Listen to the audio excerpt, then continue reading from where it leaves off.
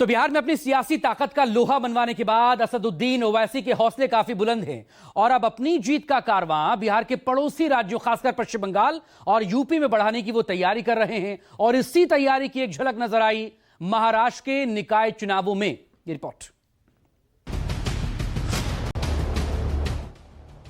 2019 में किशनगंज विधानसभा उपचुनाव जीतकर खाता खोला और 2020 के विधानसभा चुनाव में 5 सीटें जीतकर तहलका मचा दिया।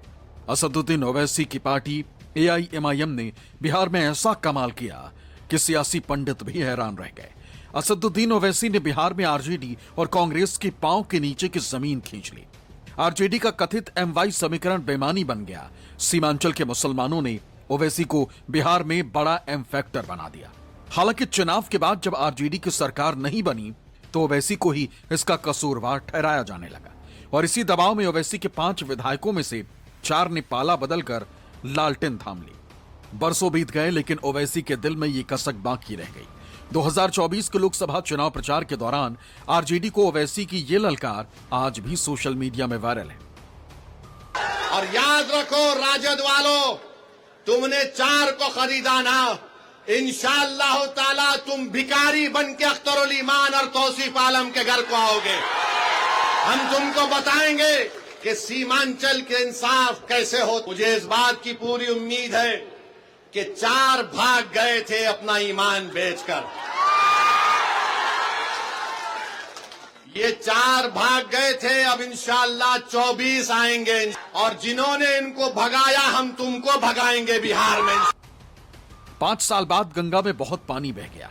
ओवैसी का गुस्सा भी ठंडा पड़ा और उन्होंने महागठबंधन में शामिल होने के लिए लालू यादव के पास अर्जी भी भेज दी। लेकिन लालू यादव ने ओवैसी का प्रस्ताव ठुकरा दिया और ओवैसी फिर पुराने तेवर में लौट आए।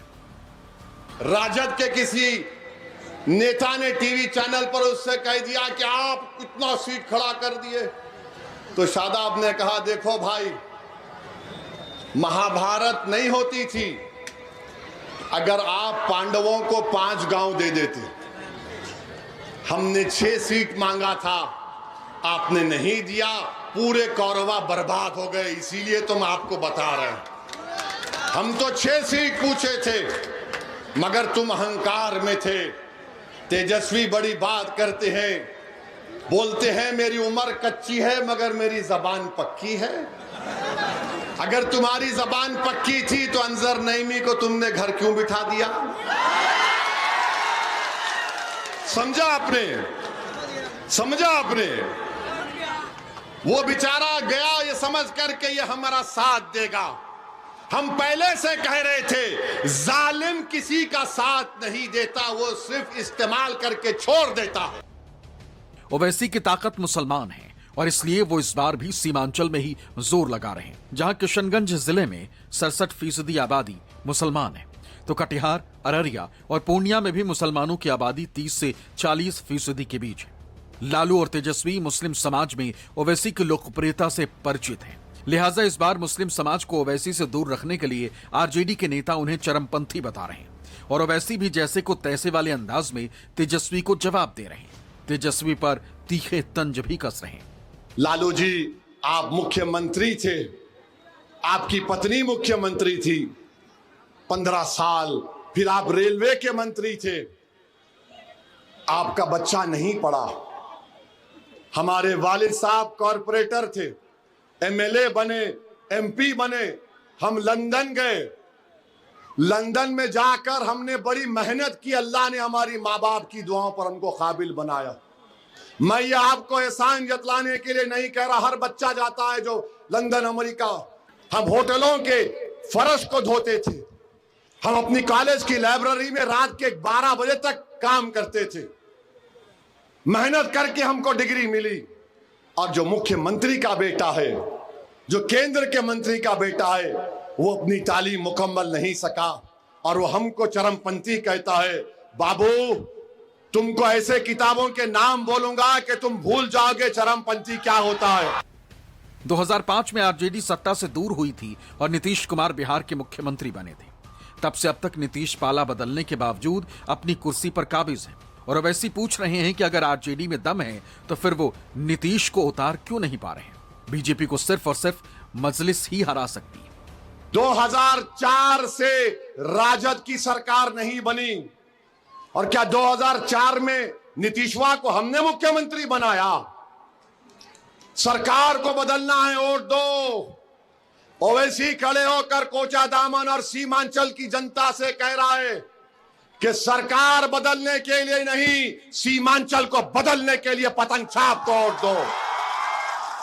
ओवैसी कह रहा है सरकार बदलने के लिए नहीं, सीमांचल के माहौल को बदलने के लिए पतंग छाप को वोट दो। सरकार बदलने के लिए नहीं, बल्कि अपने मुकद्दर के फैसले खुद करने के लिए वोट दो। यकीनन बीजेपी को हराएंगे। राजद नहीं हरा सकती, मजलिस हरा सकती है मोदी को। सीमांचल ने 2020 के चुनाव में ओवैसी की पतंग तो उड़ा दी, लेकिन आरजेडी ने विधायकों को लालटेन पकड़ाकर उनकी पतंग की डोर काट दी।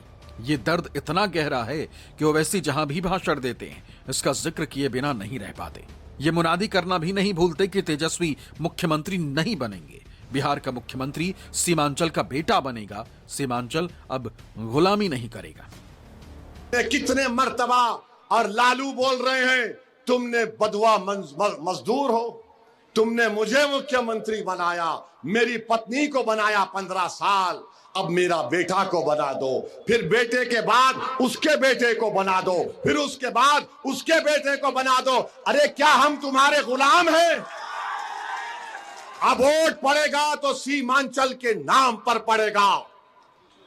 सरकार बनाओ, सरकार बदलना है।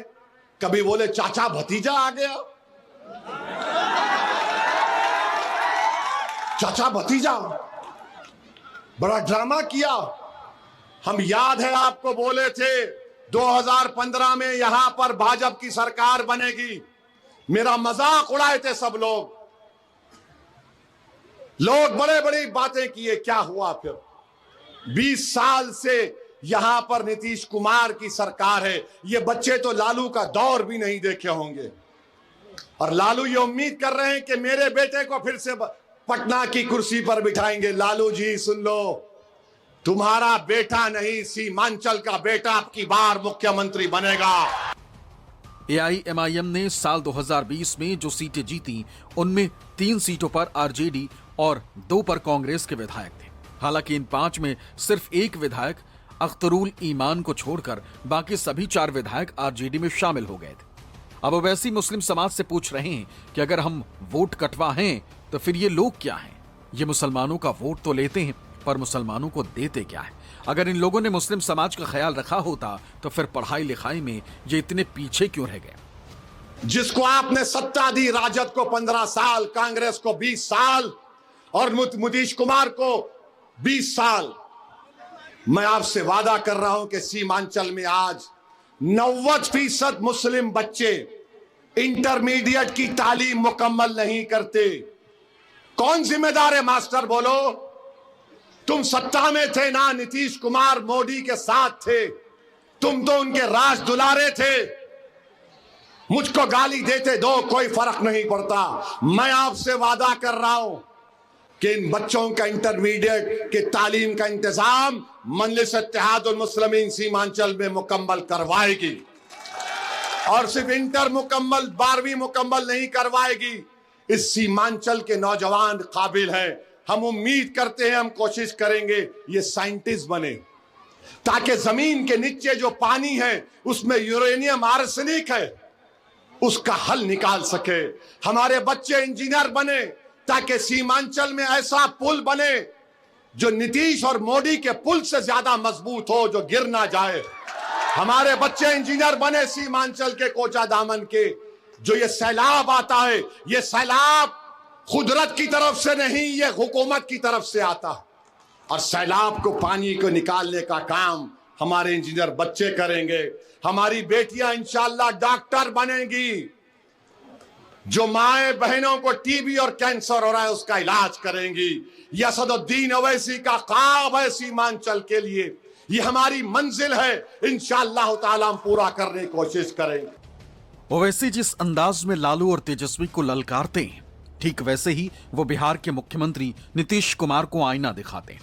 लोकसभा चुनाव के प्रचार के दौरान नीतीश कुमार की सियासत पर उनका यह भाषण आज भी सोशल मीडिया पर वायरल है। वजीर आजम बनेंगे हमारे अरमानों को तोड़कर। हम भी नहीं चाहते कि 2024 में दोबारा नरेंद्र मोदी देश का वजीर आजम बने, मगर ये कौन सी तुम्हारी सियासत है कि तुम कभी मोदी से निकाह कर लेते तो कभी तेजस्वी से निकाह कर लेते, तुम कभी मोदी को 3 तलाक कह देते तो कभी तेजस्वी को 3 तलाक कह देते, तुम कभी उनसे वलीमा कर लेते तो कभी इनसे अकीका कर लेते। अरे आखिर तुम हो क्या? तुम ठहरोगे या पलट जाओगे? मगर हम नहीं पलटेंगे। जो जाता है चला गया। मैं जिम्मेदारी के साथ कह रहा हूं, जज्बात में आए बगैर कह रहा हूं, सीमांचल की जनता को, पूरी दुनिया मेरे खिलाफ खड़ा हो जाए मगर एक तुम्हारा दीवाना तुम्हारे लिए लड़ता रहेगा। सीमांचल की लड़ाई बोलता रहेगा, लड़ता रहेगा। तेजस्वी को लेकर असदुद्दीन ओवैसी का गुस्सा कुछ खास है और नाराजगी ऐसी है कि वो तेजस्वी के धर्मनिरपेक्षता को भी सवालों के घेरे में डाल रहे हैं। दावा ये कि तेजस्वी ने नरकटियागंज से ऐसे शख्स को टिकट दिया है जो पहले विश्व हिंदू परिषद का सदस्य रह चुका है। अभी सत्ता मिली नहीं तो अभी से चरमपंथी, सत्ता मिली नहीं तो दीपक यादव को टिकट दिया जो तलवारें बांटता है, तलवार बांट रहा है दीपक यादव। ये विश्व हिंदू परिषद का आदमी, आरएसएस का आदमी, और उसको उसने नरकटियागंज से अपना उम्मीदवार बना है और चरमपंथी ओवैसी को। तेजस्वी का दावा यह भी है कि बीजेपी तो जाहिर है, लेकिन नीतीश और तेजस्वी भी सीमांचल के लोगों को शिक्षित होने देना नहीं चाहते। दिल्ली में बैठी अब मोदी हो, पटना में बैठा नीतीश कुमार हो या तेजस्वी हो, ये सब का कबूल करेगा, मगर जहां पर बात आएगी मुसलमान की तो बोलेंगे नहीं, ये नहीं हो सकता।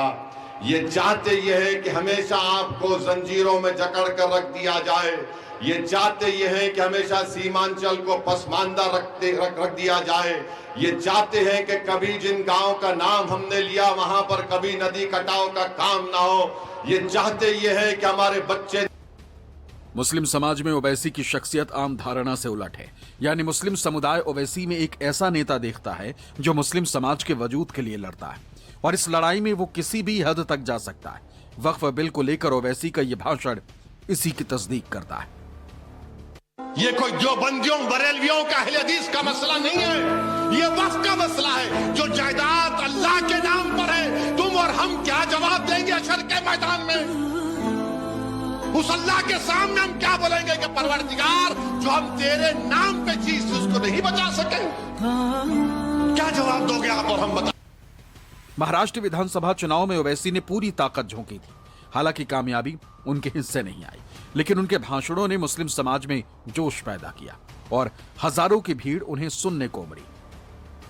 अब बीजेपी के उम्मीदवार है, अब उन्होंने तो खाली गाली दे रहे मेरे को, ये ऐसा वो ऐसा, वक्फ का हम वो ले लेंगे, हम मस्जिद ले लेंगे, हम कब्रिस्तान ले लेंगे, हम खानखा ले लेंगे, हम फुला ले लेंगे। अरे भाई साहब, आप क्या क्या लेना चाहते?